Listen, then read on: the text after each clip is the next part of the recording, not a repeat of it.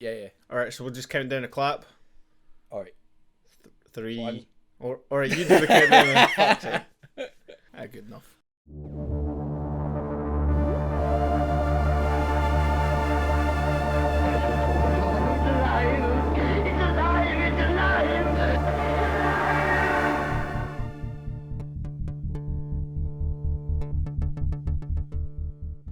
Hello and welcome to the Podghast.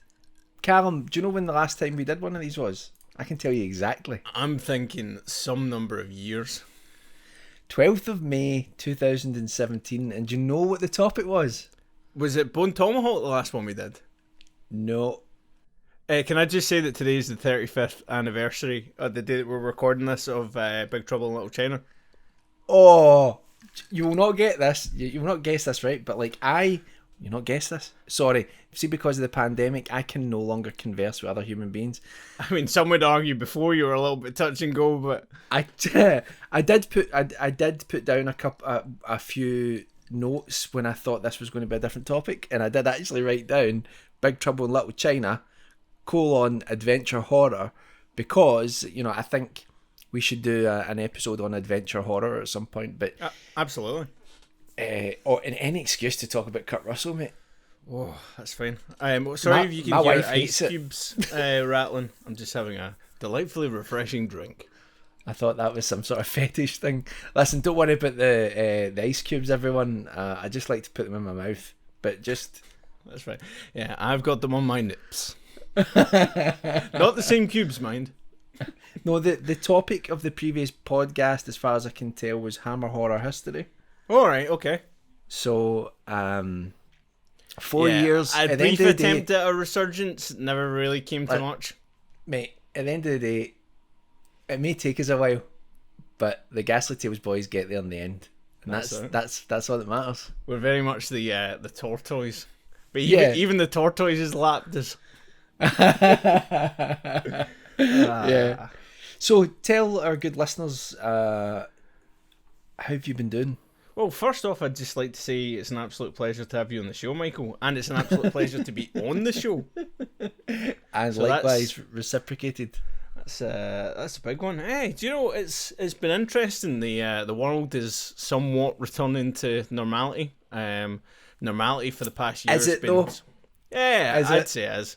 I mean, for us that leave the house, it is. I'm not there yet. The time will come, Michael. I've been making up for lost time. I will put it mildly. I've still continued to have a life in some regard over the time, but the nature of it's warped slightly. But it's been interesting. I have to admit, in a lot of ways, I enjoyed the fuck out of lockdown. I'm not gonna lie. It's a terrible thing, isn't it? It's like Martin mentioned that. Maybe that was cut from Talking to Dawn. I can't remember, but I know he. No, he has said it before. He said it a couple of times because Martin's got like survivor's guilt about it. Yeah, like I think there are people who feel guilty about the fact that during lockdown, for some people, their quality of life increased exponentially, and then for other people, it was just horrendous. And I think there is a bit of guilt about that, but you can't really. Like there's always bad stuff happening, so it's like the whole thing where if you something good happens to you and you want to kind of celebrate it a bit, but someone close to you, something terrible's happened to them, and you feel like I maybe shouldn't talk about this. But it's like, no, you need to. You got to live your own life at the end of the day. Yeah. It's like you can have sympathy for the other people, but a lot of people have said that the best thing you can do is kind of use it as an optic of your own life and look at it and work out what you can change. And I've tried my best to make hay and then turn it into lemonade, and so far it's gone all right. That works? I've been quite happy with it. So one thing I'd like to say that I was particularly involved in over lockdown is Shudder, right? I didn't really have much experience with Shudder before. I know you've been fucking with that shit for some time, including the wee Amazon add-on. I'd just like to make a little public service announcement that I found out, right? I signed up to the free trial, right? Mm-hmm. After I'd been using my friend's Shudder. This is in the UK. This is in the UK, yeah. The UK one's pretty wank. Even even like Joe Bob Briggs, which is like one of the big pools for Shudder, the episode selection is different in the UK to the US. Anyway, the big thing I was going to say is when I checked in the free app, and if anyone's got Shudder, go and check this shit out just now. Make sure that you're not getting fucking pulled into it. If you go into the menu, it's automatically ticked by default to share your personal information. No way. Yep. And I was like, oh, that must be a free thing. And then so I said to my friend, I was like, you better go and check it out. She checked it. She's paying for it. It's sharing her personal information as well. So if you've got Shudder, which I know you do, check that shit out. And anyone that's listening, fucking check that shit out. Is that why people keep coming to my house trying to sell me lingerie catalogues? Yeah, just specifically themed Halloween doilies.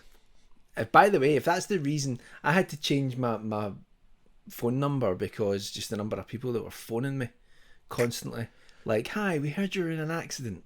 No, there's about to be an accident. Yeah. In fact, it's going to be very deliberate as I launch this phone into the canal. Depending on how I feel on the particular day, I will lead those people on that call up and, you know, get them involved in something. Describe all the beautifully horrific detail of the accident in question.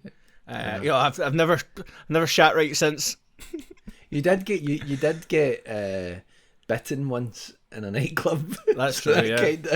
I know, and and ever since then, my concept of justice has been completely out of whack. Ever since I got away with it, so I've just resorted to vigilante stuff. Any minor infraction I see in the street, I just follow people and beat them with a pipe. So you're now Batman.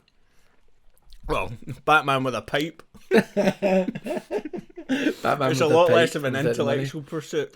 But yeah, aye. So if you've got Shudder, check that shit out because I thought that was pretty fucking outrageous. I'm not gonna lie. Yeah, no, it is. It is. I think, unfortunately, I think that sort of stuff's going to be more of the norm. It's just like one of my mates, a mutual friend of ours, Chris. He talks about the internet all the time, and he's always just kind of like goes between like completely disconnecting from it and then jumping back on WhatsApp and stuff like that. And I'm always like that to him. Look, just assume that everything you say or do on the internet, people have access to it. Yeah. Sleep well, Chris. Yeah, that's good. If someone's being paranoid, listen, don't worry about the voices. They are real, but don't worry about them. You know, just they already know everything. Yeah, you hear voices? Oh, you can't get rid of them, mate. That's it. No, I've said that to him. I was like, look, they're supposed to not share it with anyone, and people aren't supposed to have access to it. I know there's been changes to WhatsApp recently, but I just always say, I'm like, just assume people can read it and just got on with things.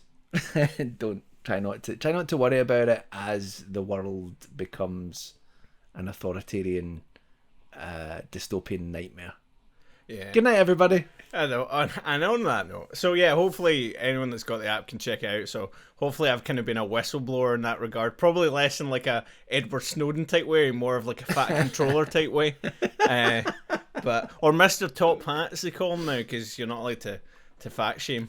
Mate, you're very. In the past, you could have been the fat controller. I could definitely be the fat controller, but you took up cycling and you're going to the gym all the time. And the last time I saw you, you were looking great.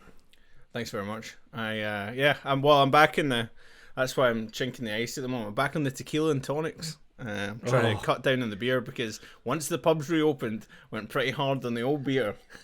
What is the biggest measurement of beer you can give me, and how many quantities can I have it? I was telling my wife about that one night because I was like laughing. She's like, "What are you laughing at?" And I'm like, "It's just a message that you'd sent me." And I'm like, the message reads, and I'm paraphrasing. It was, "I've had my vaccine, so I'm going to a pub to smash pints into my face." Well, you know, I've to be honest. Hey, that particular incident, right? We went to a bar in town. Now, do you remember the Wild Cabaret place we went to for that stag do? Oh, yeah. Yeah, what right. was it called? Wild Cabaret. Is what it's called. Was that the name of it? That was the name of it, yeah. Oh, right, okay. I So don't next to that, there's an Irish bar called Grace's, right? Right. So don't worry, we'll get back to vaguely horror-related topics, but I think people like some of the fucking general nonsense. World on top of it. Anyway, so we went to this place. So this was, I just got back. I'd been like away for a fucking few days because I was off for a couple of weeks, and I think like earlier on I'd just been away swimming in a reservoir, as you do. Yeah. So I got back into town, and a friend of mine had messaged me, and she'd be like, "Oh, do you want to come and meet up with a few of us?" And I was like, "I'll come back." So I came back down, and basically we had a little table. Now the rules apparently at the moment is you can only have a maximum of 4 people to a table. Right? Mm-hmm. But this place was kind of like a sprawling Mos Eisley of like fucking Vice. So people were doing whatever the fuck they wanted. Anyway, we had more people coming, so there was going to be, I think, 9 of us, and we were like, can we put 2 tables together? And they were like, no, you can't do that. That's against the rules. And I was like, I'm pretty sure there's someone being stabbed to death over there. And I was like, you're going on at us about the tables, but that's fine. Anyway, over the course of the night, we managed to get a couple of different tables, put them together. So it comes up to about 10 o'clock. Now, 10 o'clock's the new curfew for drinking, right? Mm-hmm. And there was a woman going through over the course of the night that were collecting the drinks that I was convinced was drinking the drinks as she was going round. Because as she went through the night, she was getting worse and worse. At one point, she tipped an entire tray of drinks over a guy, didn't apologise, just walked away. Oh, dear. Like, I've never seen anything like it. Anyway, it comes to 10 o'clock, and obviously you're meant to have a bit of a grace period. She just starts snatching drinks from people's hands. Mm. Right? This guy had like an entire pitcher of like cocktail.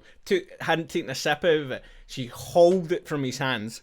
I had to like do some kind of NBA type thing of holding my pint up too high for her to reach.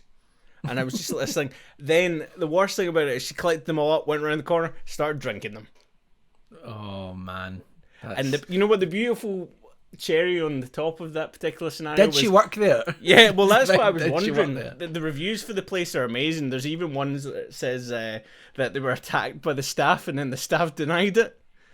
Wow. But the beautiful thing about it is I could see a lot of nicer places around. They were all just sitting there slowly kind of finishing off their drinks. Meanwhile, over here, we were being put into like Hulk Hogan-esque chokeholds and having drinks removed from us by force. 2 men enter, 1 man leave. Yeah, exactly.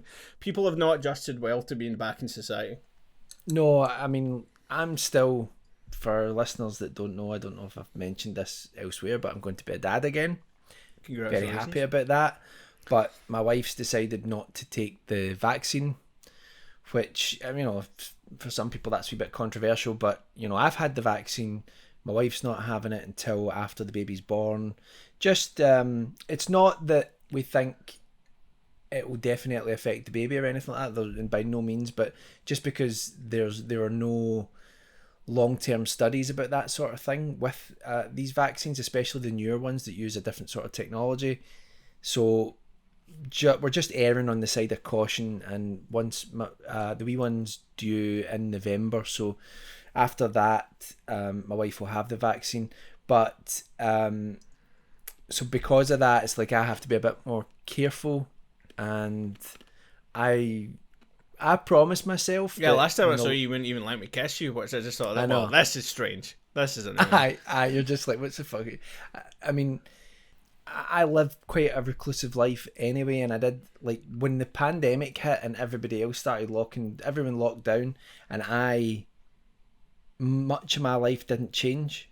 I realised, well, I'm not doing this right. I'm not, like, living my life correctly. If a pandemic hits, and other than, I mean, it was a stressful period for everyone, and it was definitely a stressful period financially for me because I lost a lot of clients because of the pandemic, and so that was hard. But for my daily existence of like just being at the house and working from the house, that didn't change, and so I realised I was like, right, when the lockdown stops, I'm going to make some changes in my life, and I'm still totally going to do that. But you know, then we fell pregnant, and you and Kirsty, I might add, not us. Yeah.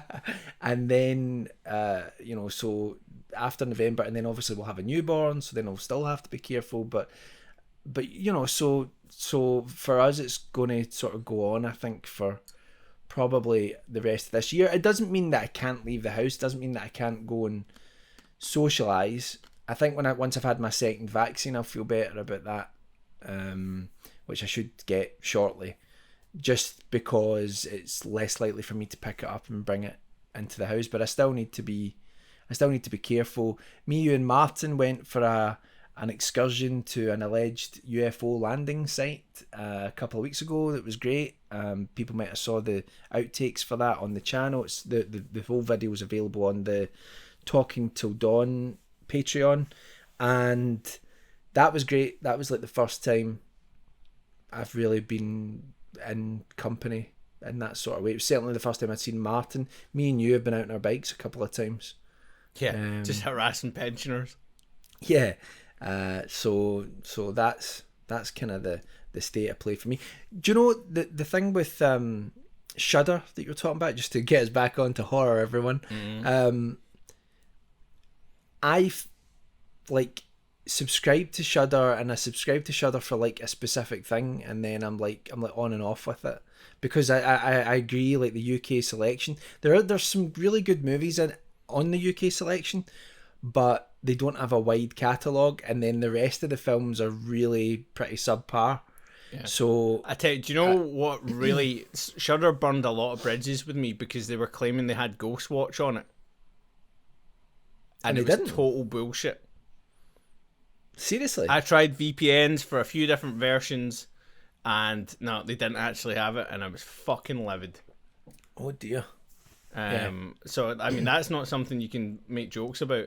Like, you've either got Ghostwatch or you don't. Yeah, I mean, Ghostwatch is serious business. Exactly. Round the garden. But yeah, the selection on Shudder I find quite fascinating. I do believe it's got Train to Busan on it at the moment, which, if anyone hasn't seen it, thoroughly recommend. I hadn't seen it since it first came out, and I went and bought it on Amazon, and then realised that it was actually on Shudder, because I think Joe Bob Briggs does do an episode on it. Yeah, you were suggesting that we that I watch that, because I don't think I've seen it.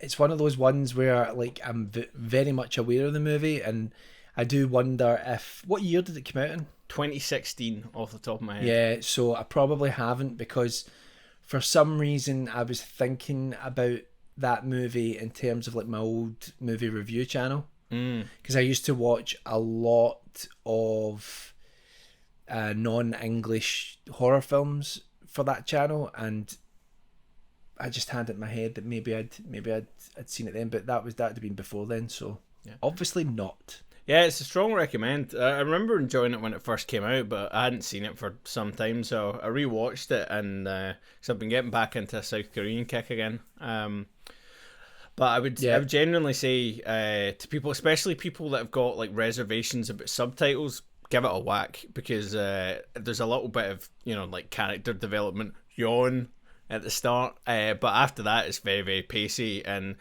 yeah, you do need the subtitles for some of it, but mostly it's very context based stuff. You can pick it up without doing much reading, because I know it's weird, some people have like an extreme aversion to reading while they're watching films. I get it, but some people's brains aren't wired that way, they can't physically do it. But the thing is, though, like, in my experience, it's not really true. It's like I've on a number of occasions there have been people I know that have been like, oh no, I couldn't watch a film with subtitles, and then it's like really like once you immerse yourself in a movie for like 5 to 10 minutes and there's subtitles on the screen, it just sort of kind of happens. It's like during the lockdown, I've noticed that. It's like I came downstairs the other night. In fact, it'll be longer than the lockdown. I came downstairs the other night and noticed, like my wife's watching her soaps that she likes to watch, and which is a horror in of themselves. If you haven't seen Coronation Street, you won't understand. But anyway, and she keeps the sound muted and just has the subtitles on, and that's just kind of become like, because to try not wake the wee one. I suppose though as well, though, a lot of those soaps have been on for so long, the characters' voices are in your head anyway. Yeah, but the thing is, get out of my pub. Yeah, but the thing is, like, Kirsty, she used to always say that, like, oh, I could never watch something with subtitles, and now she's like, there's times where the little one is fast asleep, you can put the sound on, and I go in and I'm like, can we put the sound on? And she's like, no, that's fine. I'll watch it with the subtitles. So now that's just what she does. And she never thought that she would do that sort of thing. I love the idea of Coronation Street with subtitles being the gateway drug to foreign cinema. I was like, start the soaps, get the subtitles on, start, gradually work your way up. Try Neighbours. I can see what you think. First foreign show. And then, no, that's a beautiful idea. I watched the film recently, right? I don't know whether or not you've seen this or not. It's on Amazon Prime at the moment if anyone else is looking to watch it. Again, another movie that I hadn't seen for some time. The Hunt with Mads Mikkelsen. Nope, I haven't seen it, but I know the movie you're talking about. Oh, Jesus Christ. I genuinely think that might be the scariest horror film ever made. Really? Yeah. Wow, that's a claim. Do you remember what it's about? Is it one of these like hunting a person? In a sense, Mads Mikkelsen works at a nursery, and one of the children makes an accusation about him. Oh. And then it's him dealing with the fallout of that. Fucking shits you up every time you watch it, mate. Oh dear, that's right. See, the thing is, that's like real horror. Either way, like if they're abuser, it's real horror. If it's a false accusation, it's real horror. Yeah. Like that's the thing. Like not to say that the people that get the accusations made about them have a worse time than the people that endure abuse in any way. No, absolutely not. But like someone that deals with a false accusation, like that shit never goes away. Which is something the film deals with, but yeah, obviously it's far, far worse when abuse is actually going on. But I imagine that if a false accusation is made, it's like I remember years and years ago when I was a guitar tutor and I used to teach a lot of kids, and you used to have to get you get vetted for it and things like that. So like you have like your advanced disclosure and everything, so that you can to prove that you don't have any previous convictions or anything like that for anything dodgy. And I loved that job for a long, long time, and then I sort of fell away from it and got into being a freelance writer. But yeah, they worked out you can actually play guitar. Yeah, that was a down point. But yeah, I taught a lot of people, and I over the years, and I would say the majority of them were kids. But I always remember I had one student who her mum phoned me one night and said, listen, Michael, you're going to get a phone call. And I'm like, okay. She's like, you're going to get a phone call from someone I know, and they want you to teach their little girl who was like about 10 years old. And I was like, all right, okay. And she says, do not teach that little girl. And I was like, okay, like why? And she said, look, this woman, she says, I'm friends with her, and I couldn't not give your number to her when she asked for it. Just tell her that you're fully booked, she said, because this little girl has made accusations about like several people at different times. And she just said, she's like, I would hate for anything like that to happen to you. You know, Jesus Christ. So I was just like, right, okay. Yeah. So I did. I just was like, yeah, fair fucks to her for fucking warning you about it. Oh yeah, definitely, you know. And I mean, obviously, like you'd like to think that little girl hadn't been abused by anyone, but you know, you don't know. But she had apparently made accusations about, like, you know, there's like a group of parents and they would take turns at driving the kids to different classes and things like that. And I think more than one parent on their own in the car had been accused by this little girl.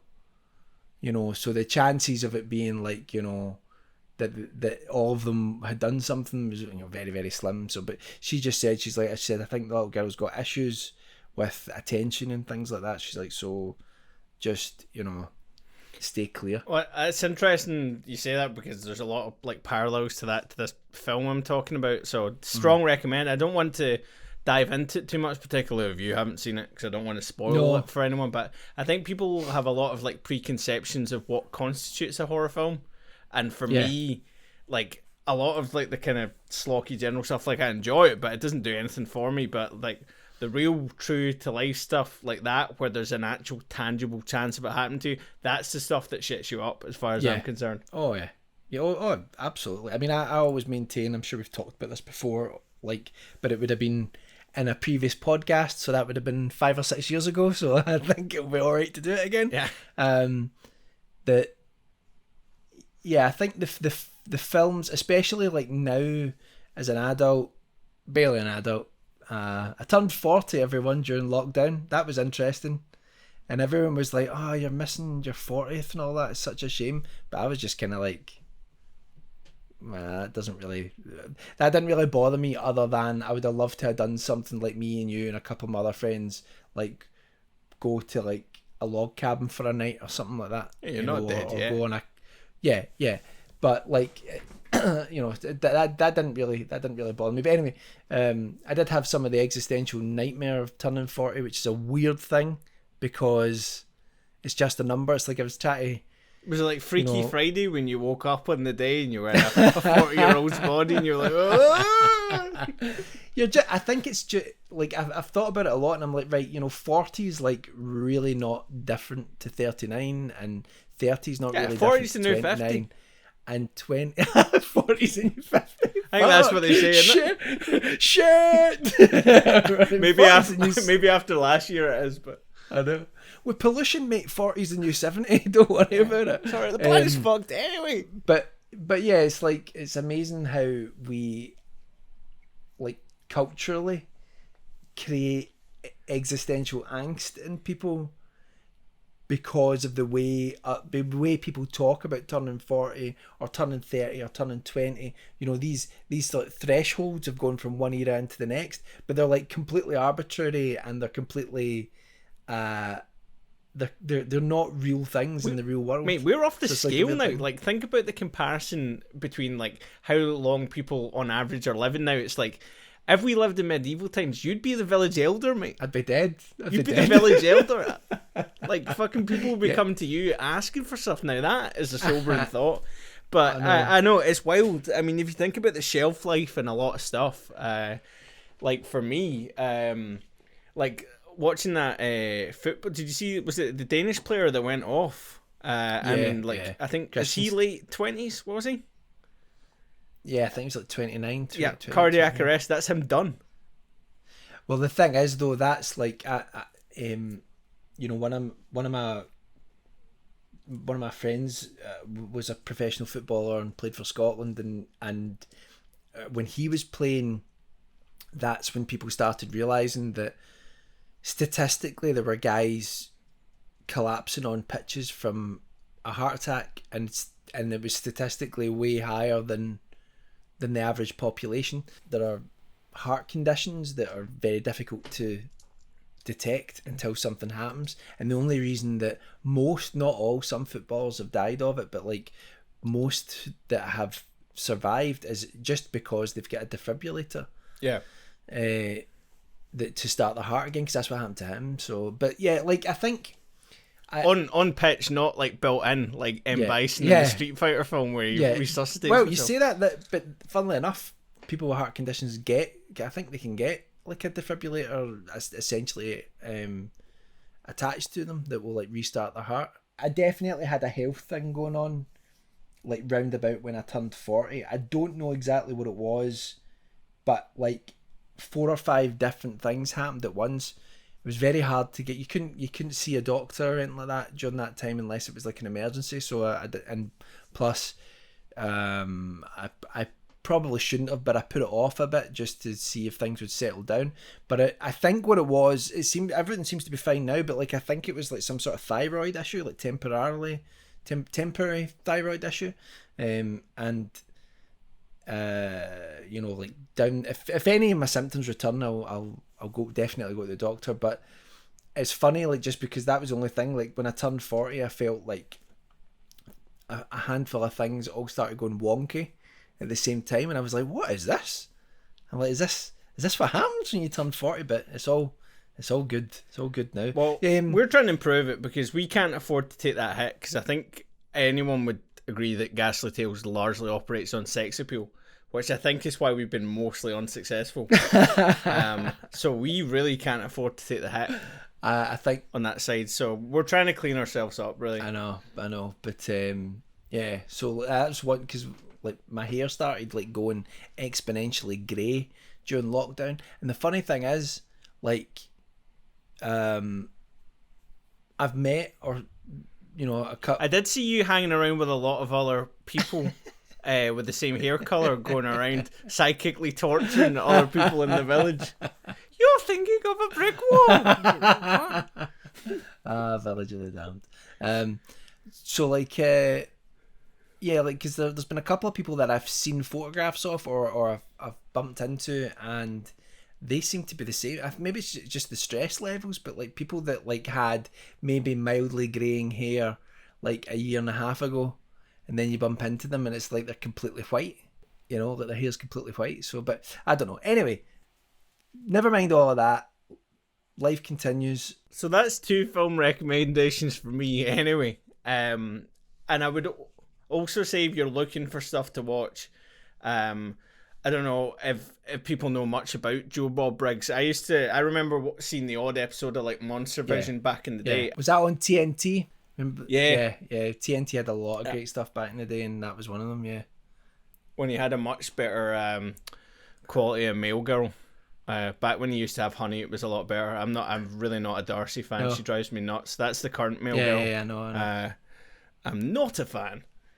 Anyway, less said about that, the better. He used to do stand-up sets as well. There's Joe Bob Briggs stand-up sets online. Really, I didn't know. I know that he was, he was a TV critic, or sorry, a film critic. I mean, for like a newspaper, and that was partly how he got the gig.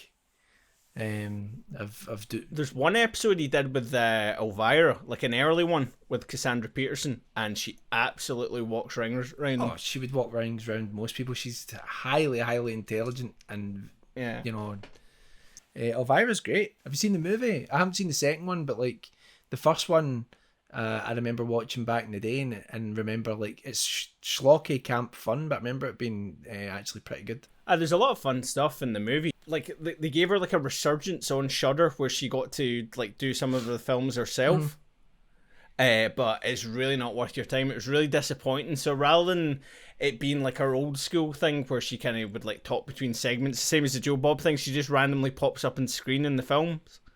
And kind of says stuff, and it really doesn't hit. No. So I would not recommend watching the Elvira stuff on Shudder, which is a shame because like I really enjoyed her old stuff. Have you seen like out of the films that I've kind of watched across lockdown, and I have to say there haven't been many, just because of, I hate to sound like James Rolfe here, but not enough time. But I've started getting into watching a few films again recently, sort of later on at night. But so I watched Colour Out of Space. Did you watch that? Nicolas Cage. I did indeed watch it. Yeah. Oh, what did you think? Now it blended in my mind slightly to Mandy because I watched them roughly at the same time. I haven't watched Mandy. Mandy's alright. I quite like it. I would probably say I enjoyed Mandy more than Colour Out of Space. And I actually like Richard Stanley. Yeah, Richard Stanley is the director of Colour Out of Space, for anyone that doesn't know. I think he's an interesting dude. As much as it's trashy, I do quite enjoy Hardware. If you've seen that, and I would recommend watching the documentary that he did. I think it's like a play on the documentary from Apocalypse Now. It's like something Darkness or something. Anyway, I can't remember. You're not talking about the one that follows the making of the Dr. Moreau. Yeah. That's an amazing documentary. Yeah, I mean, like the talk about him like potentially going to do guerrilla ops to come back on set and like burn the entire set. Yeah. I was like, appreciate it. I appreciate his hustle. It was Lost Soul: The Doomed Journey of Richard Stanley's Island of Dr. Moreau. That's a Dr. Monroe. Is he not the guy from The Simpsons? Dr. Moreau. If anyone hasn't watched that documentary, it is about the making of that film from the mid-90s, and it's crazy, and it takes turns that you wouldn't expect. I don't want to ruin it for anyone, but do you know what was really unsettling? It's weird that we're talking about Richard Stanley, the director, because last night I watched this new Netflix documentary, which is I think it's called Sophie, a Murder in Cork or something like that, or in Ireland, and it's really pretty harrowing. But there's a guy in it who is essentially the main suspect in the murder, because the murderer so far hasn't been brought to justice. There's a guy in it who he's supposedly the main suspect, and he's on camera for loads of the documentary, and he just really, really reminded me of Richard Stanley, like quite creepily like Richard Stanley actually. Out of the Sophie series like this and Sophie's Choice, is it more harrowing than that? Mate, it's a real murder. Right, okay. So the Holocaust didn't happen, Michael? Is that what you're saying? Better clarify that one quickly. Okay, alright, okay, yeah. Both of them are harrowing, but I've watched a few of these, the more recent Netflix true crime documentaries, and I've enjoyed them. But anyway, Colour Out of Space, based on an H.P. Lovecraft story, a very famous one. One of Lovecraft's best kind of abstract ideas about this kind of rural farmhouse. It's very much in line with some of his other stories, like the Dunwich horror and things like that. But it's in the film. If I remember right, because it's been a little while since I watched it. There's basically I think a meteorite lands in the back garden. Nice purple colour. Yeah, and it essentially starts to affect Nicolas Cage and his family who are there. I couldn't decide whether Colour Out of Space was brilliant or just trying to be strange for the sake of being strange. Yeah. But I did enjoy it, and one thing I will say is it's totally stuck in my mind, which that's at least a good sign, I think. There's a lot of cool visuals in it, certainly. I've seen a lot of Nicolas Cage recently. I've got a few friends that are really, really big fans, and like they rewatch all of his films, like on fairly regular occurrence. I don't know why, but at the moment, I think he's fixed it now. But he had like a massive tax bill. Yeah. And off the back of that, he was just hammering out films. And now they're saying he's just continuing to do it because he enjoyed it. But there's a lot of stuff he did. He did that Willy's Wonderland film, which if anyone hasn't seen it yet, don't fucking bother. That's the Five Nights at Freddy's kind of rip-off. Yeah, it's absolutely fucking rotten. It's one of the worst films I've seen in a very long time. He doesn't say anything in it. I think he's got about 2 lines in the whole film. And I think they've tried to make that into a kind of man with no name type thing, but like that analogy doesn't really work, because if you do go back through a lot of the spaghetti westerns, he does talk quite a bit. Yeah, it's not the man with no voice. Yeah, exactly. The kind of silent, and when he does speak, it's always with purpose, whereas they've tried to create this kind of like stoic, silent character, and I guess an attempt to make it seem like he's really interesting, but he's not. It's proper wank. But he's got a few films that are interesting coming out. One of the more interesting ones he's got coming out is about his hunt to find his stolen truffle pig. Well, you know, as you do. Now, I often find when I hear about a lot of upcoming Nicolas Cage films that I need to go and actually Google to check that it's not a documentary, because it's always fucking possible with him. There's a lot of people that are close friends to him that say that they believe like he's genuinely schizophrenic, because they've said that they've had multiple encounters with him over the years where he's had a completely different personality. Oh, you mean like dissociative personality disorder? Yeah. Like, yeah, I mean that's extremely rare, but looking at his performances, not that you can really diagnose someone. It's almost like a kind of manic thing, you know, like bipolar, like if he's going from one extreme to the other. But no, I think if you look at Cage's films from the very beginning, he's just like all in. And the thing is, when you're an actor and you go all in like that, you're really vulnerable to how the director and the editor treats you, because when you go all in like that, I think a lot of what you do is not going to be very good, but there might be nuggets of gold that they should include in the takes. But sometimes what happens is that an actor does, you know, makes really strange choices, and the director or the editor just puts it all in the film, and it makes them look like they're unstable, but maybe they're not. It's just part of their process, you know. I think a lot of people, I guess, now when they hire Nicolas Cage, they expect that of him. Yeah. So I don't think he's ever going to get, not that I think he's someone that's well known for it, but I don't think he's going to get the chance to do a nuanced performance. I saw another film of his recently that was pretty wank, which was, I can't even remember the name of it, but it's him and Selma Blair as parents, and some broadcast comes over the TV, and then all the parents start murdering their children. I'm not even aware of that, no. Don't bother watching it. Shite. Have you watched another one that I watched during lockdown was The Vast of Night? No, I have not seen that. Mate, get in about it. I highly recommend it. Now, I've only watched it once, and I would like to watch it again.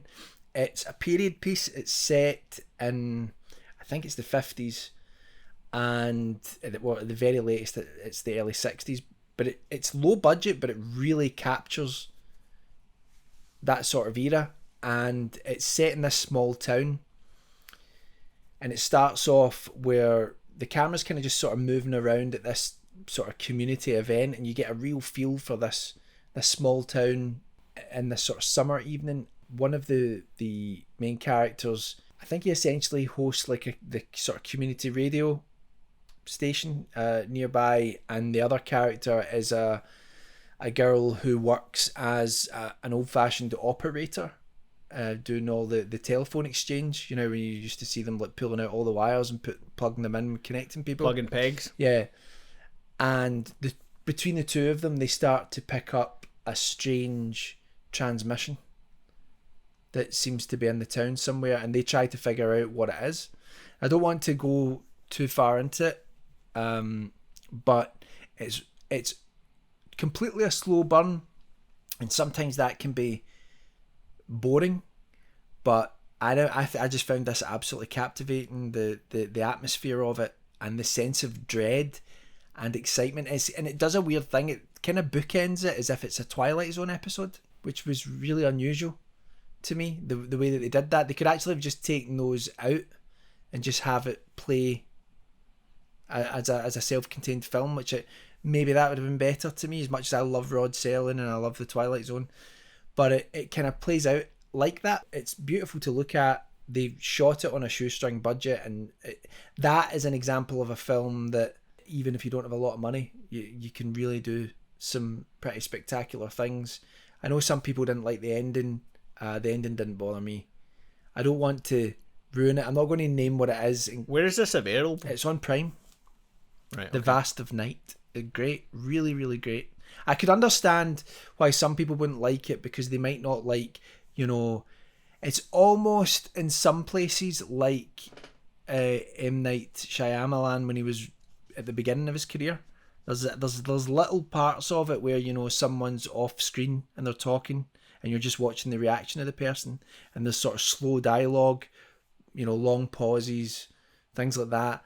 But that sounds like it'd be really boring, and I think in most hands it would be, but they really got it right for that one. I just found it totally compelling, so definitely check that out. Nice. I heard I don't know if you've seen it, but I heard the new Creepshow is not up to much cop. I've seen most of the first series. That was one of the things when I was talking about like going on to Shudder and just like getting it for a month to watch a specific thing. And Creepshow was one of the things that I did with that. I didn't hate the new Creepshow. I liked it for what it was. I think if it had been just a low budget anthology horror TV show that was like an homage to Creepshow and the EC comics before it that inspired Creepshow, if it had been that, then you'd been a lot more forgiving about it. What really surprised me, the first episode is Grey Matter, which is one of my favourite Stephen King stories. It's in the Night Shift collection, and it's really based on a William Hope Hodgson short story called Voice in the Night, which is almost out of print, but if you can get that short story, it's tremendous. And it's essentially about a kid who has an alcoholic father, and he's going to the shop and he's buying the father beer constantly, but there's like the beer that he's getting from this local convenience store in this small town is contaminated with something, and it's having an effect on him. And during a terrible storm, the kid ends up at the convenience store to pick up some more beer, and I think it's the local sheriff and a couple other people decide we better go up to his house to check on him, make sure he's okay, because there's something not right here. So is it McCune's export he's drinking? God, did they even make that anymore? I believe you can still find it. There's like one dusty can in the back of a shelf everywhere when I was a kid. But so like it's the first episode. It has like Adrian Barboa and a couple of other sort of horror alumni. They've chosen like a really, really, really great Stephen King short story. It is atmospheric, and what really surprised me is because when you're watching the scenes in the convenience store during the storm, and it's basically just people around a table talking about this guy and what's maybe happening to him, and that they should go and make sure that he's okay. And it's typical Stephen King small town stuff with the conversations that are being had. It's atmospheric to a degree, but it does feel kind of cheap. But then they get to the house, and I don't want to ruin again what happens, but all of a sudden it felt like they had a massive budget, and it felt, I watched a few more of the episodes. Suddenly MTV Cribs. Aye, it felt like they must have spent half the budget for the entire series on like the last 5 minutes of that. Really? Episode. So it's not even a dominant part of the... It's like the last few minutes. But is it an essential last few minutes? Yeah. Right, okay. Like, so I quite enjoyed it. I enjoyed seeing that story brought to life. There was a few others that were fine. The weird thing is, it actually involves people who were...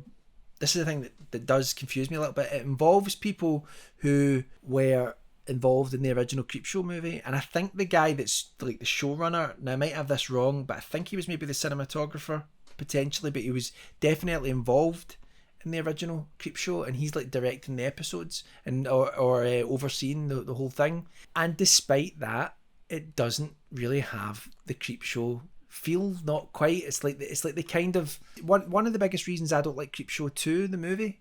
Well, it's not that I don't like it. I do like it, but that it doesn't hit home for me the way the first movie does. There are a number of reasons, but a big part of it is that you've got the John Harrison score, which is tremendous for Creepshow, like the piano piece, the actual theme for Creepshow. Now, as far as I remember watching it, I don't think they used that. I don't think they do. I might be wrong about that, because let's say it's like a year ago, maybe more, that I watched it. But they don't use the creep the way they did in the first movie. And they should just have made the creep look exactly like the creep does in the first Creepshow film. And the second Creepshow... Does it still have the comic transition? They try to capture some of that, but it just feels like they're not going all in with it like the first Creepshow movie does.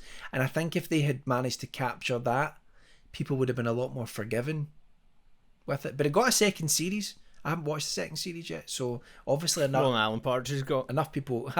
Enough people watched it. I did hear that there's a Christmas special that they animated, and I heard it was awful. Oh, God. But I don't know. I mean, I have not seen it. So I love Creepshow. The first Creepshow movie is one of my favourite films. We did an entire retrospective on a previous podcast many years ago with Martin and I. It's one of my favourite movies. So I really enjoy the first one. Oh, it's tremendous. I have to say, I don't know, like I've been forever burned on the comic stuff ever since. Did you ever see the re-release or the quote-unquote director's cut of The Warriors? No. So they brought out a new quote-unquote director's cut of The Warriors like a good few years back now, and the transitions between it are all done, like they added in comic book transitions between it, because they were trying to play up on like the story, but it's like a Greek myth, the original that The Warriors is actually based on. But basically it has like these horrible comic transitions where the film suddenly grinds to a halt and then like switches between panels. Yeah, if that's not... And like there's a thing with like Walter Hill going, oh yeah, this is very much the vision I wanted to have when I originally made it, and it was like, did you fuck? That annoys... I mean, is the original version still widely available though? I think now, I don't know if there's a Blu-ray that exists without it, I'd have to check, but I think all the Blu-rays might have all the fucking... I'll need to double check. I might be talking shite. I was thinking about this the other night because I went on a bit of an Indiana Jones kick. Recently, I had a. He's not going to survive that. We'll see what happens. I had a sort of bad couple of weeks. I used to have anxiety issues, and I had a bad couple of weeks there where for the first time in years it really came back. And just to try and part of getting through that, like at night, I started watching sort of comfort movies. So I have, for my birthday last year, I was given the Blu-rays of the 4 Indiana Jones movies, and so I watched them and watched all the behind the scenes stuff over the space of like a week, and really enjoyed doing that. But it reminded me of Young Indiana Jones, the TV series, and Lucas film. Do you know, I've never actually watched that, but some people swear by some of it. People have been going on about the fucking stained glass night forever. Oh no, that's from Young Sherlock Holmes. All right, okay. same thing. They both got a hat. Yeah. Like the Adventures of Young Sherlock Holmes are great, but Young Indiana Jones was great as well. And they totally butchered. There's like a wraparound where at the beginning and the end of each episode you would have Indy in his 90s, like meeting people in contemporary world and getting into little adventures that you would only get into, at that age. He's not running around with a whip or anything like that. He's of his age, but he tells people stories about what happened to him when he was younger, and all that stuff was cut out, and then they filmed new scenes to expand each episode into a movie, and so you get like 22 TV films that aren't as good as the original episodes, but those are the only ones that are available. So it's like the old Lucasfilm thing of like taking the originals out of circulation, and I think that is kind of like vandalizing your own work. And the funny thing is, now Disney are apparently doing the same thing, because there's a 4K release of the Indiana Jones movies, and this is going to be like the definitive version that's available now.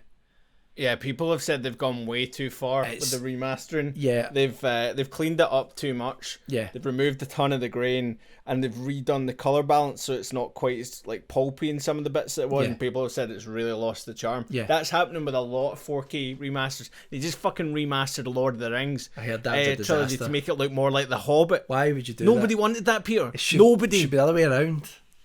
Go back and try to do that to The Hobbit, because the Hobbit looks awful. It looks fucking wank. To be honest, and there are directors that get absolutely obsessed with technology, and sometimes that can benefit the world. It can benefit filmmaking, but then other times it's like, I would like to sit down with Peter Jackson and be like, Peter, there's stuff in your original movies like Bad Taste and Brain Dead, Heavenly Creatures, that when you then get to The Frighteners, and I enjoy The Frighteners, but when he starts to become super obsessed with technology, something's kind of starts to kind of get lost. Luckily with The Lord of the Rings, I love the Lord of the Rings movies, but something gets lost in terms of the charm and the simplicity. And there's something about the look of film at 24 frames per second, or at least, I know it's mainly digital that people use now, and it can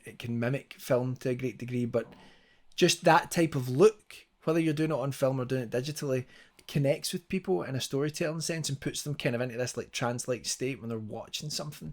And to then all of a sudden be like, well, we're going to have it at 48 frames per second, and there'll be no grain, there'll be no, be like, and it just ends up looking like people in costumes. Well, I think a lot of people don't realize how good their brain is at spotting fakes. Like, even if they're not consciously aware of it, they're subconsciously aware of it. Like, even when you go back and look at the Lord of the Rings, I think some of the weakest stuff is like the crowd scenes, like the big CGI crowd scenes. Yeah. And like, have you ever seen Waterloo, the film from the 1970s? Waterloo. Oh, listen. Yeah, mate.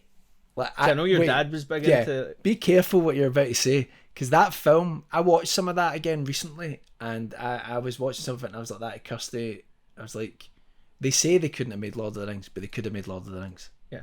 17,000 extras that film had off the top, if I remember correctly. It looks amazing. And yeah, and it worked. It's like there's a scale that's captured in that couldn't possibly be captured by CGI, even with all the crowd replication and shit like that. Remember when they fucking edited Star Wars, and there's a bit where Han Solo in the first one runs around the corner, and there's all of a sudden like 1,000 stormtroopers, and they just duplicated them, and half of them are just fucking standing about. Yeah, it's like that. It looks wank.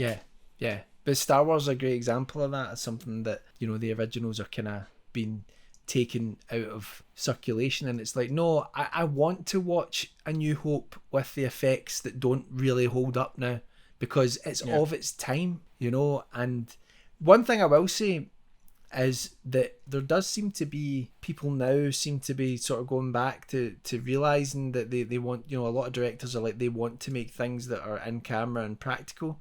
But the thing is, do you know what really surprised me when I was watching all the Indiana Jones movies? And yes, I still like Kingdom of the Crystal Skulls. I think it suffers from the Ghostbusters 2 problem, which is that it's fine. It's just in comparison to the previous three. The previous three movies are three of the greatest. Well, you mean the bit where they were like swinging on the vines with the monkeys and all that stuff? You liked all that, did you? Right. It's fine. It's fine. It's like, but there's missteps in it. It doesn't quite have the magic of the original three movies, and but it's like, if it wasn't an Indiana Jones movie and it was just an adventure film and it was on the TV, you'd be like, this is okay, right? But that's not good enough for Indiana Jones. But the weird thing is, I was watching the making of documentaries, and there's a lot of stuff in that movie that I would have sworn were digital, and they're not. They're practical. Something happened with the way they made those movies. Maybe the way they shot them. Apparently it was shot on film. Kingdom of the Crystal Skull. I'm sure this should. I'm sure it would have been, because it was still Spielberg doing it at the time. Yeah, and it was quite a while ago. But there's something. 2007 was it? 2008. Yeah, but there's stuff in it that just looks CG, and yet when you then watch the making of documentaries, you're like, oh, that was a practical effect. It's very strange. Mate, you watch the making of documentary for that, and it's just like clip after clip. Now, I don't know if he's just like shifting the blame, but I can see it happening. Yeah. And it's like Steven Spielberg, just sitting the whole time going, oh, well, George wanted to do this and George wanted to do that. And, so I just let him do it. And it should be, like, because he talks about like the fridge thing. He's like, no, he didn't want to do Aliens. He's like, no, I don't want to do that. I don't know why. I think Spielberg agreed to do that movie essentially because of Harrison Ford. He really wanted to make it.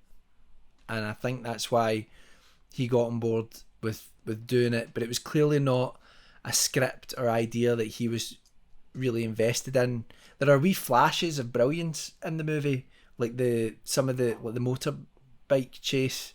There are little pieces where it's like, this is totally... Doesn't really match up to the little motorbike chase from Last Crusade, though, does it? No. But there are parts of that chase that are like, clearly, it's shot. It's real. What, the bit where he crashed into the statue and Mark Explorer's head falls off? Did you like that bit, did you? Right. Anyway. Right. So I think, the big Indiana Jones problem is, I think, I like Temple of Doom, but do you know what? See, as antagonists, I just think you can't beat the Nazis. No, that's true. That plays into the sort of pulp sort of ideas, although... Some people feel that like the whole Temple of Doom thing is racist because it depicts it's kind of like from the late 1800s to like the 1920s. The monkey brains and all that jive. The 1920s to 1930s, there were a lot, especially in the ghost stories, but in adventure fiction as well, there was a lot of colonial fear, essentially. And that's what those stories kind of explore. And there's a lot of stereotypes, and there is a lot of racism for the time in a lot of those stories, where, the white man's going out into these exotic locations, and many of those locations are places that... alleviating them of their historical artifacts. However, I don't think Temple of Doom's that egregious in it, because if people from India had been depicted in that way completely throughout the movie, then but the whole point is that it's a cult that he's going to deal with, and the villagers are all Indian, and they are shown in a good light. So, but anyway, yeah, you shouldn't enslave children, and you shouldn't take people's hearts out of their chests while they're still alive. That's the message. I love Temple of Doom, and by the way, it's definitely a horror movie. It's a horror film. Yeah, and that's Spielberg doesn't like it. George Lucas doesn't like it, which I think is a real shame, because they were both going through divorces at the time, and they feel that they kind of vented how they felt at the time, and that's why Last Crusade is like not just recapturing the lightness of Raiders, it's lighter than Raiders of the Lost Ark in tone. But I love the movies. I really, really do. And I think, like you say, with the when Spielberg's talking about Kingdom of the Crystal Skulls, he is like, he clearly wasn't on board, and maybe that sets alarm bells ringing for Indy 5, because Spielberg wanted to do it if he could find a good story. I think he wanted to redeem himself. That's reading between the lines. I think he wanted to like make one more Indiana Jones film that was great, and he just none of the stories ever lined up. They said it was a scheduling thing that he couldn't fit in doing Indy 5, but I don't believe that for a second, because he talked about doing it for years. I think he just that Harold Ramis is dead, all those things they just shouldn't touch. Everything from that decade they should just leave alone. He was a curse. Once he went, they can't touch it anymore.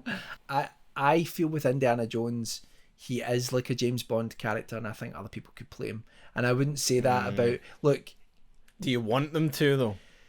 Depends who it is. I've always said that had it been Nathan Fillion, in the mid 2000s when Serenity came out, I think he would have been a great Indiana Jones, and I would have watched that. A lot of talk of Chris Pratt doing it, wasn't there? Yeah, but I think his latest film, which he's in as executive producer of, has just absolutely tanked. So I was saying this to Kirsty the other night. I think the sun's starting to set on his. Isn't he meant to be a bit of a cunt?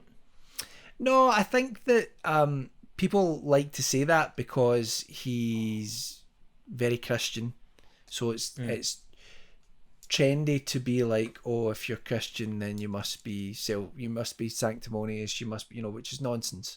He's got his belief system, and I've never seen anything where he's been anything but kind about that. So, but I think there's a lot of, people don't like that. They don't want someone to be religious. And then probably need to ask his ex-wife. I guess that's where you get the real story. And then there's he is a hunter, and people hate that about him. He'll like hunt for elk, and then he'll do a video on Instagram showing that all the meat that he's got from the elk, and it's like, right, this will feed my family for like a year, and like people. Or his father-in-law for 5 minutes.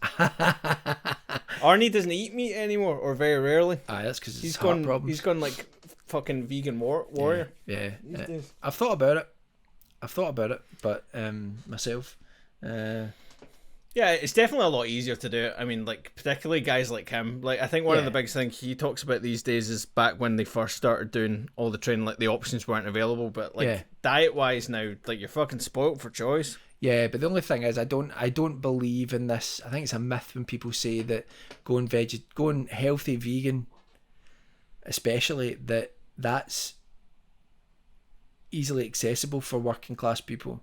Oh no, because a lot of the stuff's geared to be particularly expensive. Yeah, so I mean, I don't have a lot of money, so I can't be like, switching my diet like that would be difficult. But I have thought about it. I went vegetarian for 8 months years ago, and I got really ill. But I think that was just because I didn't. There you go. Proof is in the pudding, guys. I didn't get vegetables too far.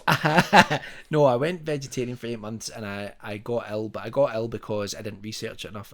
I basically just substituted. Didn't know what a vegetable was. You was just eating cake. All I did is I substituted meat for corn, and just in the end, it didn't agree with me, and I think that's down to poor research on my part. So I have thought about going back, but I think that's something that I'll probably do in the future. The real you get corn dinosaurs now, like the turkey dinosaurs, like corn substitute now. So mate, they know what they're doing with it now. Maybe you'd be better off now. But we've gone over an hour, by the way, so we should probably look to wrapping this up, because I don't think they deserve any more. Just to button that, I ate so much corn that now it's one of those things. You know, like if you have a really bad experience drinking alcohol one night, it's a specific alcohol and you don't want to drink it again because you were really ill on it. It just gives you this. Right, you don't have that. But there's certain things where I'm like, oh, no, I'm like that with corn. Anyway, it's been a pleasure. Just drinking glass after glass of corn. Someone stop him.